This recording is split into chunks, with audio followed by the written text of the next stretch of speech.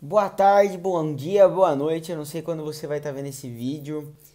Se você está vendo esse vídeo, possivelmente você é meu aluno ou você está navegando pelo YouTube e acabou deparando com esse vídeo tranquilamente. Não sou youtuber, não tenho intenção nenhuma de criar um canal. Aqui é direcionado diretamente para os meus alunos do segundo colegial de Sociologia da Escola Estadual Peixoto Gomide, em Itapetininga, São Paulo. Meu nome é Gabriel Montenegro, sou o professor de vocês, né? A gente se encontrou agora no finalzinho do ano, né? Final de outubro, começo de novembro. Então, para quem não me conhecia, sou eu, né? Para quem só via pelas redes sociais, está me ouvindo agora. Gente, eu vim aqui, não é um vídeo, não é uma aula gigante, não é algo grandioso. Hoje é só e unicamente para explicar para vocês aquilo que eu pedi nas atividades, dando sim um pouquinho de atividade complementar, no sentido de não atividade para vocês me devolverem, mas para vocês ouvirem um pouquinho e poder direcionar vocês nas respostas. A grande maioria das perguntas que eu elaborei lá nos links do Google Forms, do formulário do Google, são pessoais, ou seja, dificilmente você vai errar. Outras são de análise, para você analisar o texto, responder segundo o que eu estou pedindo e assim a gente seguir, beleza? Olha só, violência, né? Desde cedo, você e eu, a gente está acostumado com a violência, infelizmente. Um jornal passa muitas notícias sobre violência, assassinato, furto, é, tudo que é violência gera um certo tipo de olhar. Para você ter uma ideia, você pode perguntar aí para sua avó, ou até mesmo se você tiver bisavó, até mesmo os teus pais, dependendo da idade que eles têm aí, se eles tiverem mais de 50 ou na faixa dos 50 anos, não é difícil de você encontrar alguma história entre os seus parentes, ou até mesmo com você, você até pessimista, e com você, de que, por exemplo, os seus pais, avós, tios, você mesmo, ao chamar o seu pai ou alguma figura de autoridade de você, eles apanhavam. Então, naquele momento, há um tempo atrás, era preciso chamar as figuras de autoridade de senhor, senhora. Então, ninguém chamava pai de você. Tipo, pai, você comprou comida para nós hoje? Não era assim que se falava, era senhor, o senhor tá bem, né? O senhor tá aqui. E se alguém falasse você para uma figura de autoridade, essa pessoa ou essa criança, possivelmente ela apanhava. Isso era muito comum, por quê? Porque era uma forma de impor autoridade. Então, a violência sempre foi utilizada como forma de controle.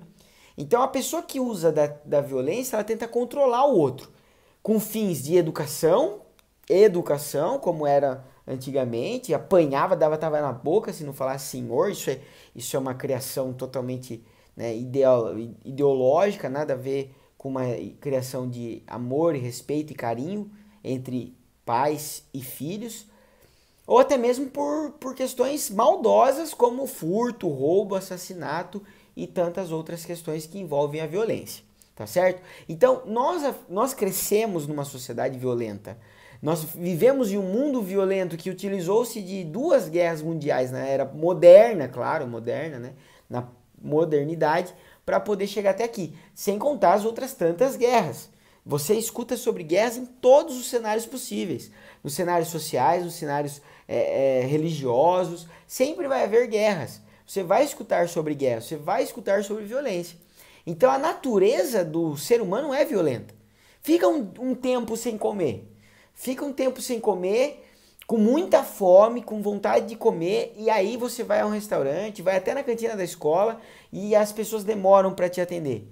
Naturalmente o seu corpo começa a reagir, você começa a se estressar, você fica nervoso e se torna uma pessoa violenta se você não consegue gerar um certo autocontrole.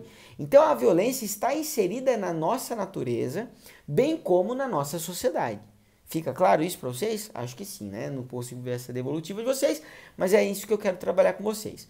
Então a violência como domínio é algo que está posto, que já está colocado. Ela pode ser por domínio daquele que é mais forte sobre aquele que é mais fraco, daquele que tem mais poder aquisitivo, ou seja, de um domínio é, econômico. Então, alguém que tem muito dinheiro, que conseguiu, né, muito dinheiro, compra pessoas para se fazer violência sobre as outras. Né? Compra a ideia das outras pessoas para que elas pensem como aquele que tem muito dinheiro. Tá? Então, a violência ela está em todos os nortes. Tanto que a desigualdade ela também gera violência.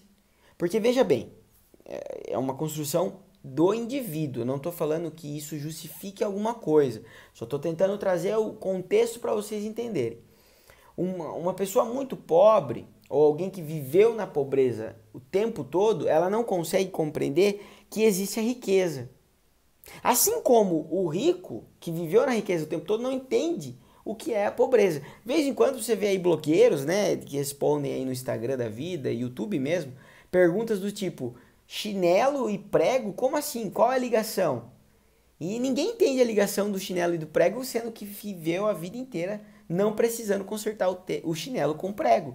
Então, a realidade é, o rico, muito rico, que viveu na riqueza o tempo todo, não entende a pobreza. O pobre, muito pobre, não entende a riqueza. E aí, no meio do caminho, o pobre, ele começa a querer a vida daqueles que têm muita coisa ou que têm alguma coisa.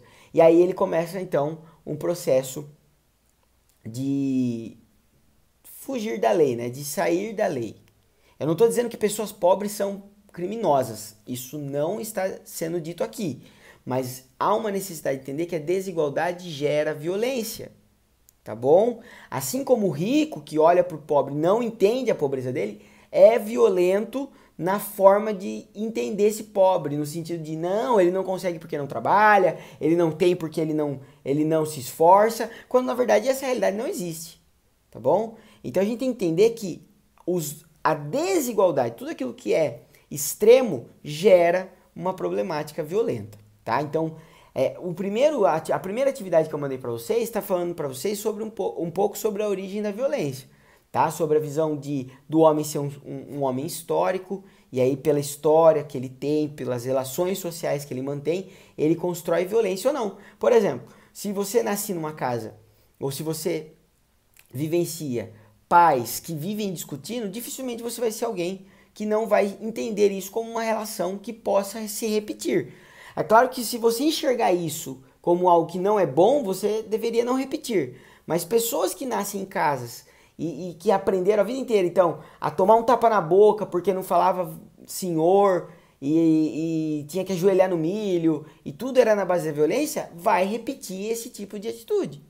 Algumas pessoas olham para isso e falam, não, eu não quero isso para as próximas gerações, eu não quero isso para os meus filhos, não quero isso para os meus netos. Então, a relação social e a história de vida do indivíduo vai colocar ele numa posição de se tornar ou não violento, tá? Não é desculpa nem justificativa, mas é essa construção social que a gente tem, apelando à sociologia. Na segunda atividade que eu mandei para vocês, eu falei um pouco sobre, eu mandei um link, né, para vocês do Instituto Maria da Penha, que fala sobre as violências que existem ou que são registradas, principalmente ali contra a mulher, mas que podem ser aplicadas a qualquer ser humano, ou para homens e mulheres, tá bom? Para todos os gêneros. Primeiro, a violência física, que é no corpo mesmo, de bater, jogar coisa, torturar, enfim, violência física no sentido de porrada. A psicológica, vocês, né, acho que não sabem, eu sou psicólogo, ninguém tinha que saber também, eu sou psicólogo, então a violência psicológica é controle exagerado, é perseguição, é dizer que vai contar segredos, é controlar e violentar psicologicamente alguém, tá bom? Então, tá bem estruturado lá no site, deem uma olhadinha nisso, tá bom? Ameaça e assim por diante. A violência moral, ou seja, acusações sem provas, tá? Acabar com a moral de uma pessoa, dizer que ela fez coisas que ela não fez, em qualquer âmbito, tá bom? Isso é muito perigoso. Ficou com tal pessoa, beijou tal pessoa, ela é isso porque usou aquilo, ela é aquilo porque fez aquilo. Isso é violência moral, tá bom? A violência sexual, que quer dizer sobre sexo, de fato, forçar. A gente teve aí semana passada um caso de estupro, né, que ganhou uma notoriedade alta. Então o estupro em si, o não consenso durante uma relação sexual, inclusive para homens também, tá bom? Não pense que só mulheres passam por isso, mas a grande maioria são as mulheres. Então, por favor, vamos entender que a violência contra a mulher tem que ser erradicada muito mais, mas isso está em todos os âmbitos, tá bom? E a violência patrimonial, pegar coisas de volta, pedir de volta coisas que são de valor, tá bom? Ameaçar de deixar sem nada num possível divórcio, são as violências patrimoniais também, tá? Deem uma olhada nesse site, respondam as perguntas. Basicamente a aula é sobre violência, sobre isso. A gente tem que começar a ter um pouquinho mais de feeling, né? De sensação, de olhar para as violências que nós vemos. A busca pela violência. Sabe quando você escuta assim, acabou o papel, acabou a fala, agora a gente vai na porrada, vai na pólvora? Isso não tem que existir. A violência não é o melhor modo de resolver as coisas. Violência sempre vai gerar violência, tá? Nunca a violência gera outro tipo de atitude, tá? Então isso que a gente tem que entender. Violência não é o melhor caminho e está presente na nossa sociedade. Por isso a sociologia vai questionar, vai estudar as formas que a violência pode ser sim combatida. Beleza? Galera, todos as atividades que eu mandei lá no Classroom estão seguidas no meu WhatsApp. Vocês podem me mandar mensagem. Não entendeu direito o vídeo? Quer uma resposta? Quer algum tipo de explicação? Pode me chamar. Tô sempre à disposição de vocês. Beleza? Tamo junto. Espero que o vídeo fique bom. Se vocês precisarem de mim, estou à disposição. Valeu?